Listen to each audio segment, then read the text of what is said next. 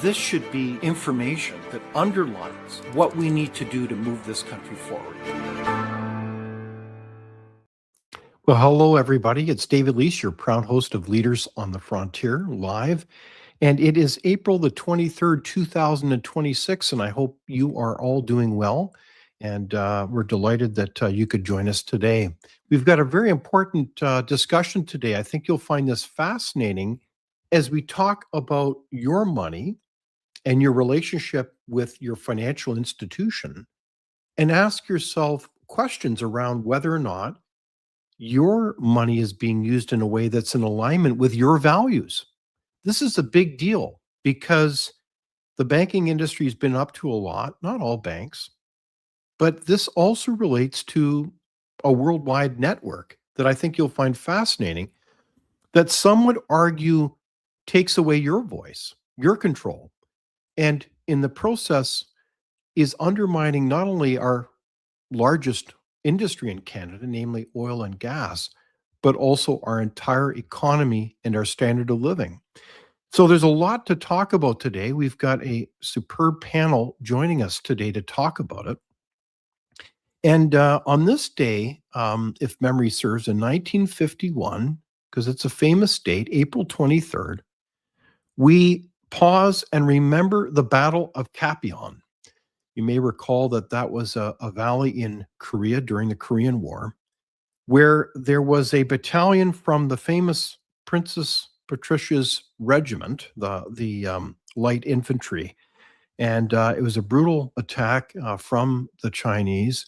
I believe it's well over 25,000 against a relatively modest group of some 2,000 soldiers from Canada, New Zealand, and Australia. And so there were many casualties suffered, but they successfully fended off that attack and saved the capital, Seoul. So let's remember that on this day, April the 23rd, 2026, the year of our Lord.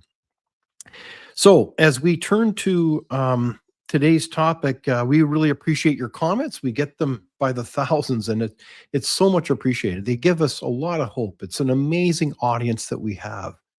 So I want to share some of those comments. Thank you, gents. We learned a lot from this podcast, and that is from Ed Elsid. Thank you.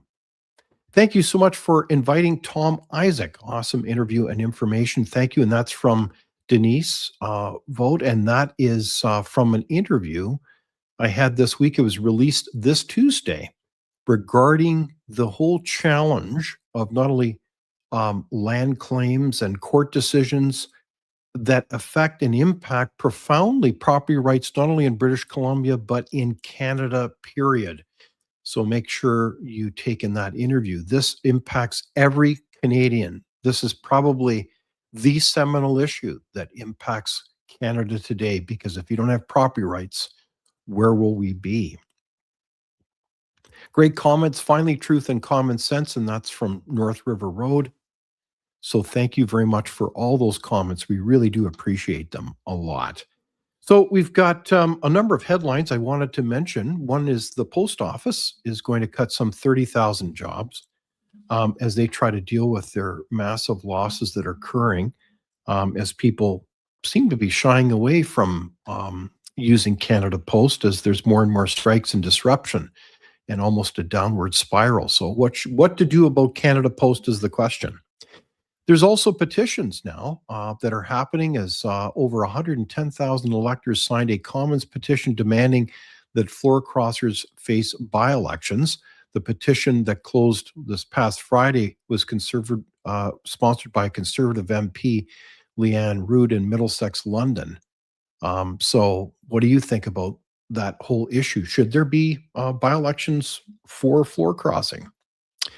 We also know there's some 2 million temporary persons in Canada under the temporary workers permit category alone. And the Prime Minister and government is saying that's just simply too many, and they're trying to rejig those numbers. So it's a significant number. If you look across that field Almost 8%, according to Stats Canada, are temporary visitors in Canada. That's a record number. Usually it would be 2 to 3 million.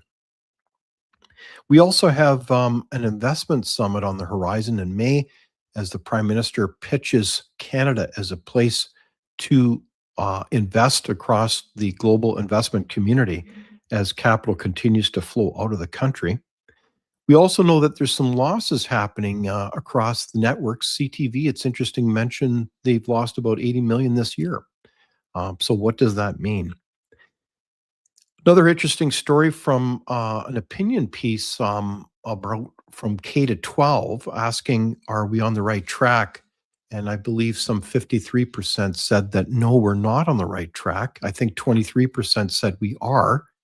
And just a footnote, it's interesting that in the Vancouver Sun today, there was a story confirming the highest paid superintendent in the school system in that province gets paid over $500,000. Go figure.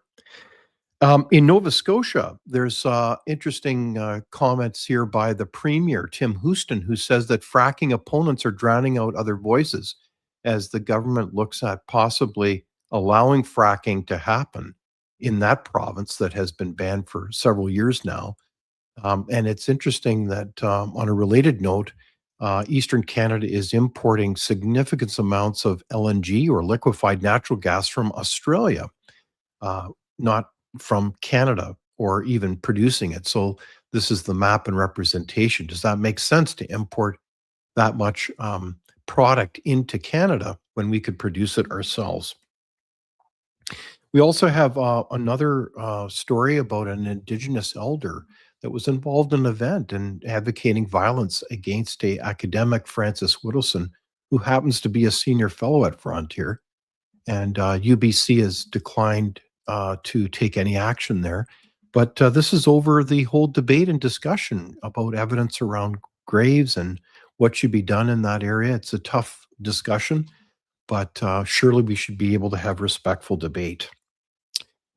And then in other news, we have with the majority in the federal parliament is the current government is working to quash a number of things, including an ethics probe, and change the composition of the 26 Commons committees and no longer allow for, quote, playing silly partisan games. So that will be certainly a controversial thing because the agreement under the minority government was that opposition parties would have a majority in those committees, thereby allowing some measure of accountability. Or others would say being able to play, quote, silly partisan games. So what do you think about that? Is that a good change?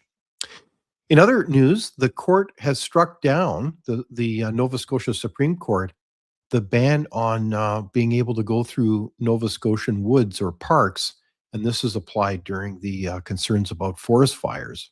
And that was deemed as being unconstitutional.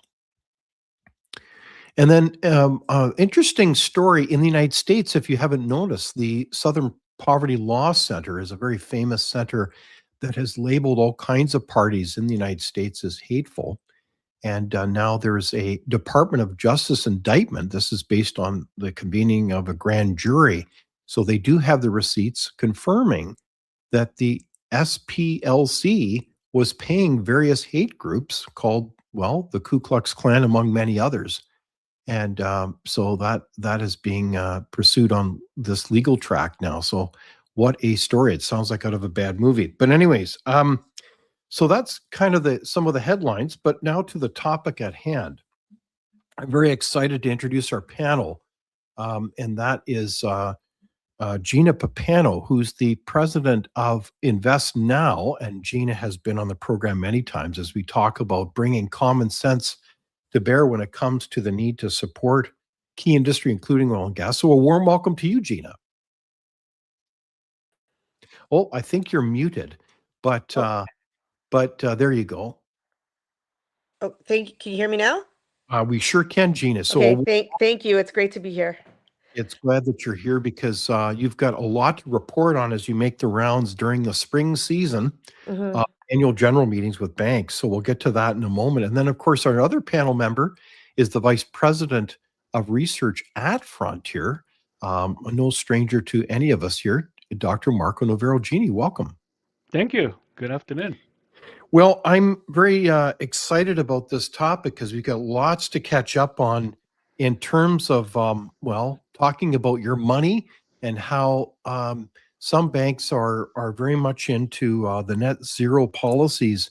So, Gina, maybe I could start off with you. Help us understand this whole topic of divestment or taking away money from the oil and gas industry. So you're with Invest Now. Mhm. What's your primary goal here? What are you trying to accomplish?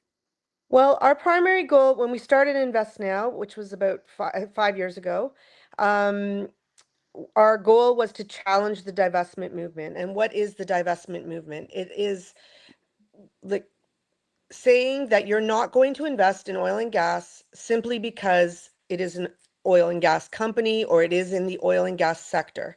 And this all came about 13 years ago when groups started to form, activist groups started to form. They were villainizing fossil fuel companies and trying to get pension funds, endowment funds, and banks to say that they would not invest in oil and gas companies. So there was never any challenge to that. And the way, well, anyway, that's what the divestment movement is, and that's what Invest Now is trying to stop, because in Mhm. Canada, that's prosperity destroying. Okay, so you're trying to stand in the breach and say to people, look, we need to invest in this industry, and banks, meanwhile, you need to stick to your knitting, which is focusing on returns. Is that it? Yes, they need to focus on returns, not follow um, ideological ideas or reasons of why they shouldn't be investing in oil and gas companies. If they stick to the business of banking, there's a clear reason why they need to invest in oil and gas companies. It underpins our whole economy in Canada. Mhm. And so if they just stick to the business of banking, everything would be great. Okay, well, it sounds like a good plan. So let's invest our money in a way that enables us to get better returns. And so I want to turn to an interesting poll that was just done here. And I know there's a background noise there, but when I look at this, it says the question is, do you know what your bank is doing with your money? And this is, of course, a very rough poll. There were about 800 respondents. 17% yes, 76% no, and 7% said I haven't thought about it. So, Marco, I want to turn to you. When it comes to the use of your money, can you help us explain some of the origins around this effort by banks to kind of screen out different investments as acceptable and deem others as unacceptable? Ha! This is going to bring me back to my university years. Because this is more or less when some of this stuff started with the anti-apartheid movement, which, of course, Canada and at the time Prime Minister Brian Mulroney kind of spearheaded. Um, there was a movement essentially to move capital out away and outside from of South Africa, but also companies that dealt with South Africa, and some of them were universities who invested their surplus funds um, or their investments in companies that had money in South Africa. And this was, of course, a kind of an abhorrent type of moral issue that people were still segregated in ways that, back in the 1960s in North America had been quashed. Mhm. And but it morphed really quickly and in a really bad way. I will admit that I went to one of those divest from South Africa protests at McGill when I lived in Montreal, and right next to me there was somebody who had a placard saying something against Jews. So I turned to him and said, what does this have to do with what you're putting on your panel? And he said, well, Jews are white people too, or something like that. And that made me realize how quickly some of this politicized, and presumably was just a moral issue at the beginning, become sort of grafted onto all kinds of different political agendas. Mhm. Political agendas that are often completely foreign to the initial desires or the initial intentions. And so since then, this kind of idea to divest monies out of certain sectors of the economy is basically a form of boycott, if you Mhm. will, Mhm. has been going on, and pretty quickly thereafter, the green movement picked it up. And started pushing these ideas that one should divest out of anything that had to do with hydrocarbons.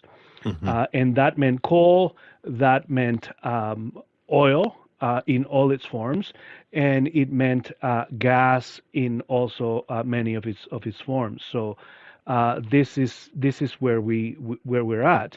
Um, just a couple of years ago, in 2021, there was a special envoy of the United Nations, a man named Mark Carney, who gathered essentially the international banking industry, and decided to form a kind of, I'm going to say cartel, but without the nasty implication. But basically, a group of people who were going to put the banks together and organize them so that the banks would have a concerted effort to keep money away from hydrocarbon generation or Mhm. hydrocarbon production, and direct that money towards what they call clean energy, which is a bit of a myth. And so this has been going on for quite a while. The latter part of this, and I don't mean to go on about this, but is that this alliance from 5, 6 years ago has now fallen apart. Mhm. In 2025, there were a couple of the Americans withdrew, a couple of European banks withdrew. Some of the Canadian banks began to withdraw. Now, all the banks in Canada have withdrawn, all the American banks have withdrawn, and the alliance, so called, has essentially disappeared. For all those of us in Canada who are, elbows up kind of enthusiasts, we owe in large part, the collapse of this thing to the guy in the White House. Okay, so it's very fascinating. The emergence of the divestment movement is kind of a way to use the power of your money and many others' money, private sector money, and direct it in certain ways, and that could include also government money, to away from your cause that you want to undermine or put an end to. So, for many years now in Canada, there's been a war on our oil and gas industry. So, the whole idea then is to create that kind of investment screen that says we don't want to lend money to these sectors. We want to make them weaker. We want to end them. So this is really quite insidious. And so the question is, um, this has really been something that has happened beneath the radar. For a lot of people, they're not aware that this has happened. And so I don't know if Gina is available. I know we're having a little bit of technical problems here, but Okay. Gina, you have been kind of at the ground zero trying to, through Invest Now, saying, hey, wait a sec, this kind of divestment movement against oil and gas is not right. So what is your argument? Why are you saying this? Hi, can you hear me? I'm sorry about this. Again, Yep. yes. Um, well, why is divestment not right? For a country that is so resource rich like Canada, we cannot afford to dismiss or not invest, not provide capital to one of our largest sectors. It is just not right for Canadians, our economy. Um, it's we're kneecapping ourselves by not investing in these sectors, in the oil and gas sector. After there was just a report, I think you also referenced a report about capital flight from Canada. The past decade, over $1 trillion has left Canada. So people are not investing in Canada. Why? Unbelievable. Yeah. And we need to attract investment, whether it be policy. The banks need to support our companies. We need to support Canada and its citizens, and the way to do this is to support our biggest sectors. We are not getting rid of oil and gas anytime soon. This is so evident given what's going on in the world. We're number 4 in terms of oil reserves. Why are we doing this to ourselves? That is the question. So invest now. This is not good for Canadians. It's not good for the economy. Why are the banks pledging, net zero? Why are they doing this? And why are they doing this to themselves, our citizens, their shareholders? It just doesn't bode well for our country. Exactly. So this is our biggest industry. It's one of our ace cards. It's foundational to every other sector in our economy, including manufacturing, forestry, mining, everything, and not to mention heating your home. But I wanted to reference here a comment from Robert Kerr here. It's interesting. Pardon me, I have a little bit of a cold here. The Alliance is the Glasgow Financial Net Zero Network. It didn't square with U.S. antitrust legislation. And so there's a deeper story here that I think is being pointed out in that comment. So investment bankers were caught onto the fraud and withdrew from participating in that 2 years ago. That included Canadian banks. So there was larger concerns here, and there's a bigger story around how that bringing together of this large network was actually arguably inappropriate, and there were legal problems with it. And I want to just share this clip because we talked about Marco's reference to the Prime Minister, and this goes back a long ways, but it goes to when the network was launched online, and it's quite sizable. It's quite fascinating, the scale of this. The Glasgow Financial Alliance for Net Zero brings together the world's biggest banks, asset owners, asset managers, and insurers from across 5 continents into the UN's Race to Zero, which is the gold standard for commitments to sustainability. GFANZ is launching today with 160 firms responsible for assets of $70 trillion across 5 continents. They have one shared mission, which is to broaden, deepen, and accelerate the transition to net zero by 2050 at the latest. This is the breakthrough in mainstreaming climate finance that the world needs. Now, a crucial part of today's announcement is the formation of the industry-led and the UN-convened Net Zero Banking Alliance. The Net Zero Banking Alliance is launching with 43 banks with responsibility for assets of over $28 trillion. Under GFANZ, the Net Zero Banking Alliance will join forces with the Net Zero Asset Managers Initiative, the Net Zero Asset Owners Alliance, and the soon-to-be-launched Net Zero Insurance Alliance in order to ensure that the financial system works together to support businesses and communities, large and small, as we build a more sustainable and prosperous economy. We can expect GFANZ to grow further in the run-up to COP26 in Glasgow, so we can turn the existential risk of climate change into the greatest opportunity of our time. And now, I'd like to hand over to President Biden's Special Presidential Envoy for Climate, the Honorable John Kerry.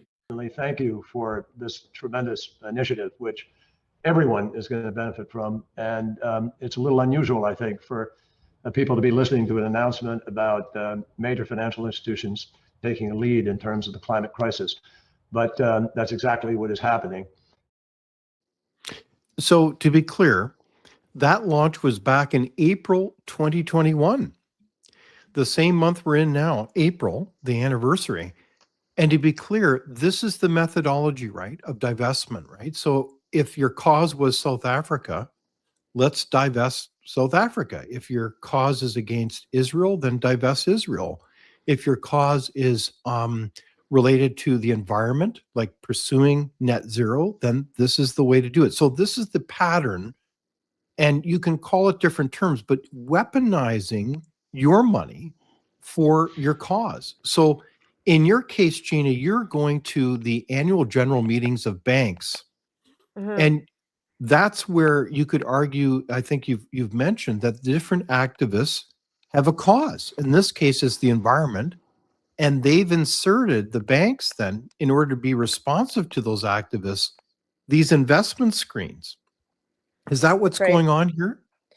Yes, they've, well, the banks have signed on to it, but the activists have been at the annual general meetings to promote through proposing like a shareholder proposal to promote divestment because of the ultimate goal of, in my mind, its ultimate goal is destroying the oil and gas industry in Canada, all in the name of climate.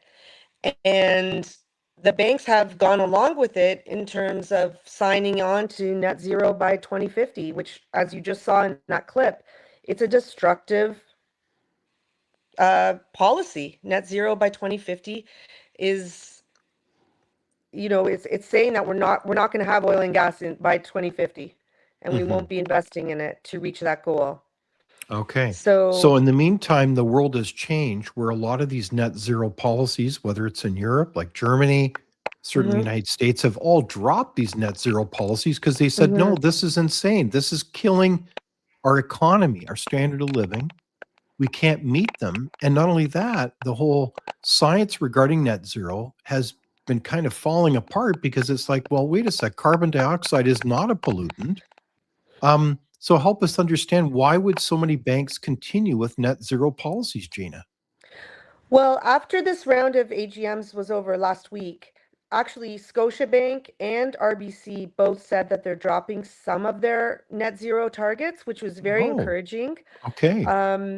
RBC has dropped their net zero by 2030 targets. They're still keeping their net zero by 2050, so we still have to work on them. But Scotiabank has dropped both. And I must say, at the AGM, Scotiabank was very bullish on Canada and on our energy sector. And that came through. And then after the AGM, they made this announcement that they are no longer adhering to their net zero by 2050 commitments. So that's a win. This means Wow. that perhaps the banks are starting to realize that Canada is suffering, Canadians are suffering. That was a common theme throughout the CEO remarks. There was lots of talk about affordability and people are struggling. We're the bank to help our people, our customers. So that's never been the case in other AGMs, and it was a more serious tenor. The tenor in the room was more serious, and as a result, I'm hopeful that the banks will realize that this cannot go on. Like this net zero, blindly pursuing net zero by 2050 is just ruinous. Okay. There's a comment here from Harry DeBoer who says, I think the US has already been in touch with every country needing oil, so that PM Carney seems to be behind since most countries have joined the US. So, Marco, if I turn to you, what's your assessment? Has the world changed since that founding of the Glasgow Network some years ago? And does that give you hope that maybe people are moving away from this policy net zero, or are we? There are two things worth probably highlighting here. One is that when many of these divestment sort of movements began, they were basically sort of radical left-wingers, blue-haired people with, noses and rings in through their noses and stuff like that to sort of to paint a stereotype. And then all of a sudden, it seems all of a sudden, but it's not. There's a lot of movement that took place in between for the straight-laced, clean-cut bankers to join the movement. And so what happens in between, if you listen to the regular media, you would come to believe that populism is only a right-wing phenomenon, but it is not. Populism is simply a sort of a strategy to move people forward in a particular sort of political way, and the left-wing populism is essentially what has pushed the bankers in that direction. The bankers want to be cool. They want to be of the people. They don't want to portray that image that they are completely elitist and separated from everybody else. But the other thing that happened, of course, is that the radical green activists in Canada at the very least, but in several other jurisdictions, took over the executive and in some cases the legislative branches of government. The PMO of Justin Trudeau, and some of it still remains, was largely populated by radical environmentalists from the Sierra Club and Greenpeace and et cetera, et cetera. And the prime minister had essentially the same kind of ideological faith. And so that has kind of propelled this movement into the forefront in a way that we see somebody like our prime minister today heading GFANS and orchestrating this movement. The lesson there, though, is that populism, people are fickle. The voters are fickle, and they often vote with their stomach, as Gina was sort of alluding, right? This ideology has essentially run aground against the reality of what it costs, and is very costly. It's putting enormous taxation, not formal taxation, but is taxing so many of the profits and so many of the performance and the productivity of so many industries that even the bankers now are running for the hills to the other side. Okay. I think you're making a great point, Marco, is that a lot of this policy is based on an ideology. It's not really a policy that's rational or based on the science from what we see. And so in this context, it's hitting the reality of affordability, the reality that Canada has lost a lot of money. I think, Gina, you've underlined that. So is that part of what's you're hearing as you've come from these AGMs, is that, golly, there's a lot of concern about affordability and the fact that the economy of Canada has been stagnant for 11 years, Gina. So is that what's changing the minds here of some banks? Yes, there was a reference to the IMF report that just came out that said that Canada is at 1.5% growth of GDP, but then there was a reference about that, but the report was just saying, oh, Canada's been resilient, but Canada has not been prosperous in this time that the report looked at the G7 countries. And one of the CEOs said that we need to be prosperous, not just resilient. Resiliency does not lead to prosperity. And that was like, this is like, I guess they're just starting to think about our prosperity, what we can do, push, becoming an energy superpower. All of that is is coming to the forefront, and I think that's a good thing. We just have to see some action around it. Okay, so there's some confusion here. We'll see what happens in terms of talk of a pipeline to get oil and energy to markets. We know that Canada sells its energy at a discount.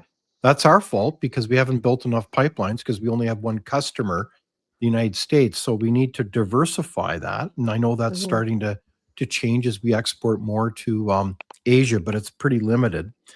So I wanted to have a kind of, maybe it's a more of a critical question, and that is whether or not these policies continue to persist, but just in a different form. And I'll give you an example. This past fall, there was an MOU signed, I believe it's dated November 27, if memory serves me correctly, between Canada and the province of Alberta. There you have the Prime Minister with the Premier, Daniel Smith. And the MOU says many things, but basically says, hey, let's get on with business. But a key cornerstone to that is still achieving net zero greenhouse gases emissions by 2050. Now, you could say, well, 2050, that's a long time from now. But 2050 involves the assumption that somehow there's going to be this carbon sequestration project. Who knows how much money that's going to cost? Some have said 20 billion. But the point is that no one is pursuing these policies anymore. So Canadian energy will have automatically a significant cost tacked onto it. So who's going to buy net zero energy at a higher cost. I think this is like fantasy land, isn't it? And yet we're still pursuing this as we put our hand out and try to set up an investment conference. To me, it sounds like silliness. What is your comment there, Marco? I think you're putting your finger on something that is fundamental here, and this is one of the many examples. Is what Hayek would call the hubris of planners, right? This idea that, look, at most, I don't know how long it extends the sort of string of predictability of a financial advisor to say what is going to happen next week, or what is going to happen 2 weeks from now, or maybe 3 months from now, in some circumstances. But the idea that you can plan and predict with any degree of accuracy what the world is going to look like by 2050 is absolutely ridiculous. It is outlandish in so many different ways that we could spend hours just talking about that. What is happening now essentially puts a lie to that assumption. Because if you look at the reasons why, for example, the two Canadian banks that Gina referred to, the Royal Bank and the Scotia Bank that are just pulling out, some of the reasons they gave, they said that their predictions and their expectations were wrong. I mean, they don't say it in those words exactly, but that's exactly what they were saying. And this also points out to the fact that there were things that they could not predict. For example, the gigantic surge of energy demand giving to the explosion of the use of artificial intelligence. And this is only a couple years out, right? And so this puts the lie to this notion that one can predict the world of finance or any part of the world in any mode decades in advance. So there is a certain, I hope that the lesson here is learned that we need to approach these things with a little bit more limitation and a slight dose of humility, because we just simply cannot know what is going to happen in the future. Right on. So let's bring our critical thinking caps to bear here, as my kindergarten teacher would say. But I look at this, Gina, and I just shake my head at the bankers in a way. Shame on them for, I just want a good banker. I want a good lawyer. I want a good cardiovascular surgeon. Whatever profession you relate to. I don't want them to go political or go and join some kind of political cause. Yep. Is that going through the heads of these people, these leaders, that we just want them to be a good banker? I want the best return. I don't need them to go down bunny trails of some ideology or some, activist shows up at their meeting. Is that getting through to these people? Am I being too simplistic here? I think it's getting through, but if you take RBC, for example, I think they just haven't stood up. They need to stand up for the banking system, Canadians, Canada, our country, our sectors. They've been kowtowing to the climate activists for the past 10 years. And now, so RBC's, okay, we're not going to pursue net zero by 2030. Well, why not just say we're not pursuing net zero at this time? It's destructive to our country. Well, it's And not leave your it at that. mandate And then as let a the banker. other, we're banking, we're in the business of banking. We need to be viewpoint neutral, which is what we asked them to be at the latest AGMs, which means Just to clarify, so what do you mean by viewpoint neutral? That's a very well, it important just point means there. that they pursue their banking relationships in a non-partisan, non-ideological way. So if the company is legal, it's a legally operating business, they should be open to financing them, giving them credit, whatever, providing investment capital to them, and not saying, oh, you're an oil and gas company. No, we can't invest in you because we're pursuing this net zero by 2050 and that'll wreck our emissions reduction plan. We're never going to get there if we give you money. So that's viewpoint neutrality, is just in short form, stick to the business of banking. That's what it is. Oh, I love that. Without Stick to worrying your about knitting. Yeah. That's great. There's a lot of comments here, and we've got a lot of ground to cover here. It's because this is a fascinating topic because we're just kind of it's like the iceberg. We're kind of scratching the surface here. But Quacker Crumbs, that's quite a funny name, says we need to stop all these anti-productivity laws. Exactly. Mhm. Like we're layering upon layering, making the flow of capital. Capital should flow easy peasy to where the market can use it and That's then right. be productive.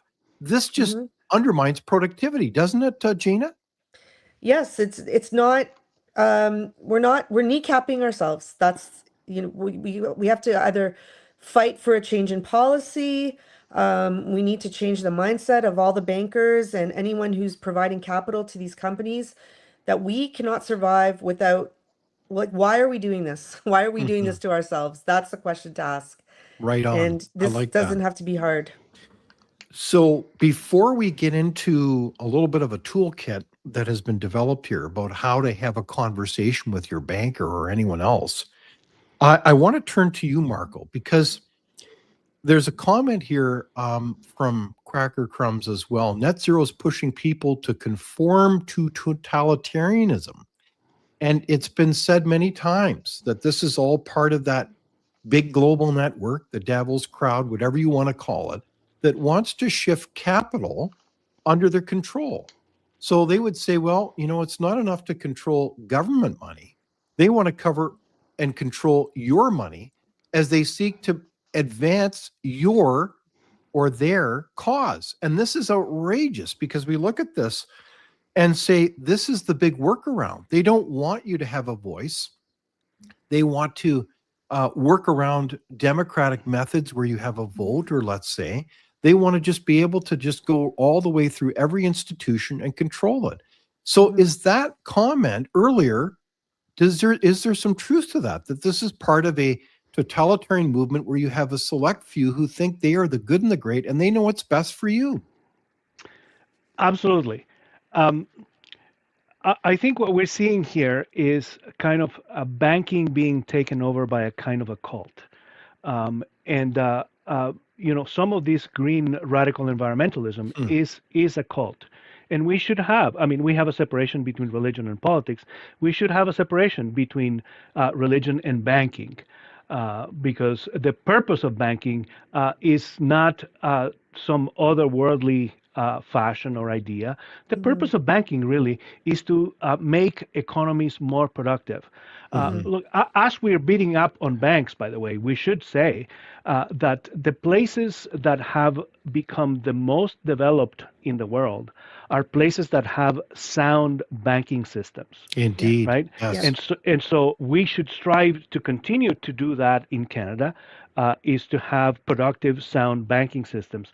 But banks have allowed now, through this sort of quasi cult, and the fact that governments too have been taken over by this quasi cult, the banks have allowed themselves to be instruments of policy. They are not acting as independent entities. And you can see it, for example, in the fact that the foundation of GFANS was to put together so much money that would be available for all sorts of green fantasies, but Mhm. not for hydrocarbons. Hmm. And they Yeah. say that this was voluntary, by the way, right? But this speaks to the comment that this is essentially an authoritarian or quasi soft totalitarian push to Hmm. make people invest in the things that they want to and not invest in the things that they don't like. Mhm. And that is not the business of a bank.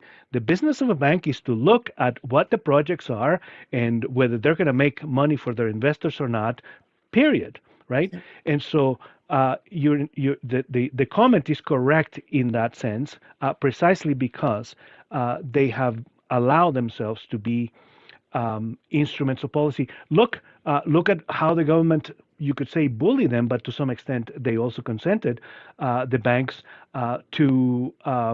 to shut down and seize people's money during the truckers' protest. Yep. And now the banks went along, but now they have huge liabilities on their hands because the courts have essentially signified that it was unlawful, that it was unconstitutional, and the banks lend themselves to those activities, right? And so we need banks that are divorced from religion, and we need banks that act independently in the business of making economies more productive. Right on. Yep. Yeah. No, good comments. Exactly. Like Gina, what is your comment here? Like, because if bankers don't get that neutrality concept, then they don't have our back, do they? No, they don't. And that's that was why this was our ask, because after many years of asking them to drop net zero, to show us the costs of net zero, to get out of GFANs, which they did, thank goodness. And now we've asked them, like, no, we just forget about, you need to be viewpoint neutral. You can't debank someone because you don't agree with what they're talking about or what they're saying. And you cannot debank an industry, which is what you're doing. If you're adhering to net zero by 2050, you're debanking oil and gas. Well, okay, so I get it. People can choose to invest their money where they want to choose to. It should be transparent. It should be open. It should be clear. So if you want to invest in, quote, green energy, and we can debate about whether windmills and solar panels and all the rest that are manufactured through oil and gas and made in China are the way to go. But having said that, I think the question is, how do we ensure that there's some solutions here? So I want to bring up a little bit of an agenda here on solutions. And with the caveat that we talk about what the heck is ESG, and this is getting to the heart of matter, is that ESG is the environmental social governance movement, where there's a whole series of indexes. Like, this is a form of ESG, right? Divestment. Yes. And in a number of jurisdictions, Gina, help explain to us, they've banned all this nonsense. They've actually made it unlawful. Is that a solution? Is that what we should be doing? I think so. The whole ESG rating systems, I would almost take out the governance aspect of ESG, because what they're doing is it's not good governance, like, eliminating an industry just because they're in the oil and gas sector. So I would say it's ESI, like environmental, social, and ideological investing. So to Interesting. ban it would be great. All these, I know in the US, they're taking ESG ratings companies to court to say, your ESG rating caused this company to not get the investment capital they needed. So in effect, they're fighting. They're fighting for transparency, and No they're fighting kidding. for, the right to invest in, like, as you said, personally, a person can go and invest in whatever company they would like to. But when you weaponize the whole entirety of a pension fund, that is where, like, we take at Invest Now, we take issue with that, because you're Okay. weaponizing other people's money to do the bidding of, whether it be the government, ESG advocates. That is where the issue is. All right. So just to clarify, so you've got a whole raft of characters in on this kind of racket, depending on your perspective. It's not just some banks or some credit unions. It's No. also insurance companies, Yes. pension holders, all kinds of parties, even governments Yes. have their fingers in this. And it's kind of in a black box because it's not totally transparent. And now there's lawsuits where people are being taken to task because you aren't giving us the best returns because you're running down these bunny trails of other causes. Is that That's kind right. of a summary here? Is that Yep. that right, Gina? Okay. Yes. So in this case, then, so one of the solutions is we need the government to come to bear and ban a lot of this stuff. That's a key thing. And the other side to this as a solution is we need to have some conversations here. We need transparency. And as a consumer, you actually have a fair amount of power here. So we want to bring up some questions here about having a conversation. I'm wondering, Gina, could you walk through this, and then Marco, you can comment as well, please? Yep. So a few questions you can ask your banker. I mean, they, at a bank manager level, they may not have the answers to this, but you could ask them and then they'll pursue it. And do you support oil and gas? That would be the number one question. Do you support net zero by 2050? That would be bad if they did. Have you made public commitments to reduce financing for oil and gas? So because you've pledged net zero by 2050, have you reduced financing for the oil and gas sector?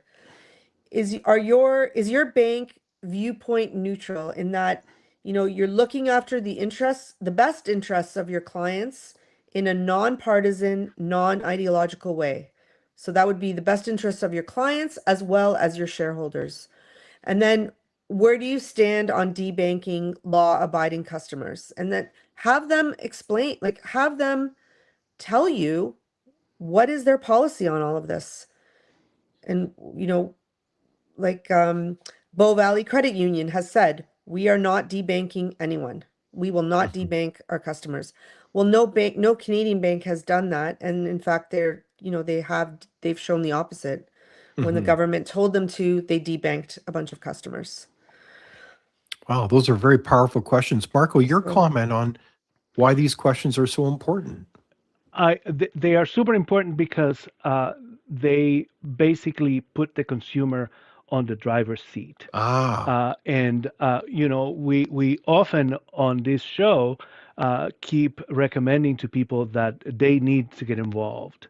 That there is no savior coming in politics. That people need to stand up for themselves and become agents of their own fate. And so this is one way of doing that. I am very much a fan of this approach because also it invites more market competition and market rules. I'm not in favor of bans. If we complain that the banks are becoming the instruments of policy on one side, I am uncomfortable with recommending that we make them instrument of policy on the other side. Banks are independent private organizations, and they should make up their own minds. So, for example, and Gina has just mentioned them, right? The Bow Valley Credit Union here in Alberta, they stand on their own very much, and they have. Now, a lot of the banking industry now is sort of coming back towards their side, if you will, and redressing some of these policies. But that is the real independence of the market. They position themselves as an independent organization who are not going to follow these rules that hurt their customers, not just on the investment side, but also on the political side and their human rights, et cetera, et cetera. And that is a perfectly legitimate solution to say we are neutral to readdress the point that Gina made before, that people make up their own minds, that the investment is based on real assessments of whether this is a productive or not a productive place to put money, and the politics shouldn't matter. That's right. I think that's spot on, Marco. Well Yeah, said. well said. Gina, there's a very interesting development, and that is the Canadian Pension Fund is taking this tact. Is that right? Help us understand what's going on there. Is that a sign That's of right. hope? Yeah, just as Scotiabank is the first bank to say we're not doing net zero, first Canadian bank to say we're not pursuing net zero by 2050, Canada Pension Plan Investment Board quietly exited net zero by 2050. So they didn't make a big fanfare about it, but they did it. And they are no longer moving their investments according to being net zero by 2050. That's a That's huge very good. step. That's like the Yeah. biggest pension fund, one of the biggest pension funds in the world. And they've said no to net zero. So the questions that we just went through are very powerful. Where can you find them? They're on your website, Gina, and also on the Frontier website. Is that correct? Yeah, if you go to investnow.org under campaigns, you can sign a petition to let your bank know that they should stick to the business of banking. And we will forward it all to the ombudsman of each bank. So we have a campaign going now where you just have to sign a petition, tell us where your bank is, which bank you bank with, and we will send them the information on how many people have signed this petition to tell the banks to get back to the business of banking. Wonderful. And I should just note an interesting comment. I'd like to do it from a principled point of view and then give an example. If you look at this from a principled policy perspective, we know that transparency is very important. And so the need to discuss this issue and to make it clear is very important. The transparency of your investments through your banker, surely your banker should be a trusted partner, cannot be underestimated. And the other one is accountability. If you don't have transparency, how can you have accountability? How do you know how your money is performing in terms of an investment if you don't have these kinds of real conversations? So I think these questions are very important, and I encourage people to take them and to have those conversations with your banker. Surely you should know your banker and where they stand on these issues. I think the other example that's very powerful is I look at and hear this from Canadians from coast to coast is how so many Canadians are struggling with affordability as they go to the grocery store and all kinds of places as they deal with high gasoline prices, just as one example among many. And I look at this and I think, boy, if people got a little bit more money from their investments, a little bit more return, wouldn't that go a long way to making their lives better? So it's in your interest to have these conversations. And I can't think of a more profound irony than people busting their hump in the oil patch is just one of many examples, or in agriculture, or in every other thing, forestry, mining, manufacturing, everything. And they're busting their hump and they're going to their bank and making a deposit. And meanwhile, their bank could potentially be turning their back on them and they don't even know it. To me, this is infuriating. The example of an oil and gas worker putting a deposit in a bank that actually is on principle, not investing in their sector, is outrageous. And I think people need to see in clear-eyed fashion the irony of all of this. And so let's come together and discuss this issue, because I don't hear this discussed very often in the public square. Are you hearing this discussed, Gina? No, not as much. You mean you hear it at the AGMs, and after each AGM, an investor will come up to me, a shareholder will come up to me and say, "Oh, I totally agree with what you're saying." But, there's many problems in that a lot of people don't even vote their shares. It's just, there's a lot of things working against the shareholder to be able to have a voice. And I think it will come up as we see more and more people suffering. As you said, agriculture, you can't have fertilizer without oil and gas. So, I mean, maybe people have to start understanding all the connections to the sector, how much money the sector provides, how many jobs the sector provides, so that, and it just follows on from there. So, unfortunately, maybe they have to suffer in order to see, but hopefully the banks will get ahead of it. And as we've seen some movement now with the two banks, maybe all five of them will, then the other two will. It'll maybe be a trickle down effect to say, well, no, we're going for prosperity, not poverty. Exactly. Well said. Marco, I like the idea that you said earlier about this is about empowerment, isn't it? Where a customer speaks up and it's through their voice that they can be empowered. But they've got to know what's going on before they can be empowered. Yes, absolutely. The most powerful citizen is a knowledgeable citizen, an informed citizen, and this is why what Gina is doing is terrific and so crucial. And she's already had an effect, right? Her name was mentioned at the from the on the floor of the last AGM just a couple of days ago, and recognized that what she was doing is having an impact. Way to go, Gina. And that the banks in question actually moved the needle ahead of her her interventions, so that they could sort of head her off at the pass.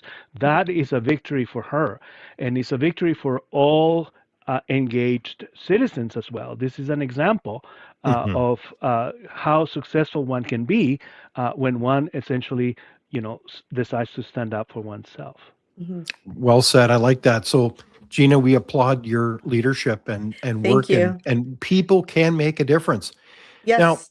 there's another side to this, and that is, let's be real, there is a green industry that, I think there was a comment earlier about grifting, green grifting, as they call it, Mhm. where there's an incentive for people. Like, if we notice all the windmills and solar panels out there, they're all subsidized. The Yeah. last time I checked, they're all subsidized. And this is the thing. So it's to certain parties' self-interest to promote these kinds of policies because they're all in on it. They get a lot of money. So from this point of view, you could look at this and say, wow, this is a big wealth transfer of your money and taking a percentage off it to other industries that all benefit and are subsidized about these kinds of policies. Am I being too cynical here, Marco? And then I'll turn to you, Gina, for your comment. Yes and no. I mean,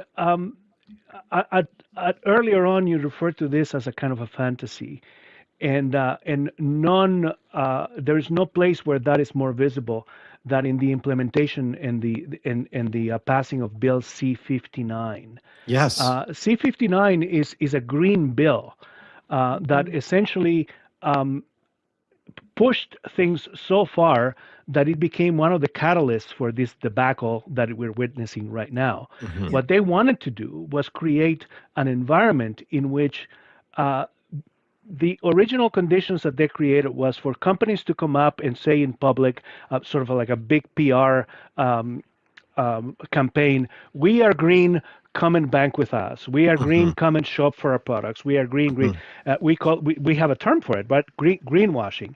And so many people started greenwashing and basically just pretending, but not doing anything about it, Mhm. that the greenies got upset and decided to pass a law saying, if you're going to say that you're being green, you better be as green as Kermit, otherwise, we're gonna come after you, right? And so the prospect of them coming after them prompted companies, many of which, by the way, were also oil and gas companies, to Mhm. start taking down the stuff on their websites pretending to be green.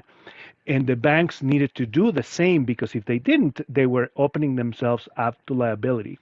So Under basically, penalty of law. They couldn't even yes, defend themselves Mhm. as an correct. industry. And Yeah. so essentially, I mean, look at the irony of this, right? They created this world of fantasy, Mhm. and then they wanted the fantasy to be real, and they wanted to impose the fantasy by law, Mhm. and, Mhm. and God help you if you don't. But people realize, hey, guess what? The emperor has no clothes. Mhm. We Mhm. can't keep saying that he does because we are now going to be liable under penalty of law and all sorts of things. And so the whole thing started to unravel. Right. Wow. That's a great summary. What do you think, Gina? Well, I think like Bill C-59 is a perfect example of how policy can kill an industry, and can depress an industry. So whether it be, the no new Bill C-69 or Bill Mhm. C-59, and Right. and it all comes down And to what are those we need bills again? Remind us what those bills are about. no new pipeline. Well, it's referred to as the No New Mhm. Pipelines Act. So if the government is saying one thing to say we want to be an energy superpower, and yet all these policies are working Mhm. against the industry. So I think that there needs to be a like repealing of a lot of the policies that are in place Mhm. right now, and then that would get the whole system rallied around the fact that we're promoting Canadian prosperity. We Mhm. want to be an energy superpower. Mhm. This has to happen, and that'll get Exactly. everyone in line to do the actions that are required to get there. Mhm. Right on. Madam Producer, I don't know if you have this available, but the slide that illustrates the amount of money that has left this country is stunning. It's Mhm. well over $1 trillion now, the last, what is it, 12, 14 years. I think And I it's look 10 at that years. because there is talk about an investment conference, and this is one of the headlines that I did mention at the beginning of the program, is a investment conference. I believe it's going to be in Halifax in May. And the whole idea is that, we need to invite more money into Canada as a location to invest. And I look at this and I think to myself, how is it possible without the, as long as those policies stand that both of you have just referenced, how is Canada an investable jurisdiction? Let alone as we reflect on the myriad of red tape that this country has. We don't even have free trade within this country between Yeah. provinces. Hmm. And we even have in motion questions regarding our property rights in this country, vis-a-vis all kinds of court decisions and government policies. And the list goes on and on. Are you optimistic that Canada can be an investable country again? I mean, Gina, you work for the TSX. Your job was to sell the world on investing in our quote premier stock exchange. So what's your take on this?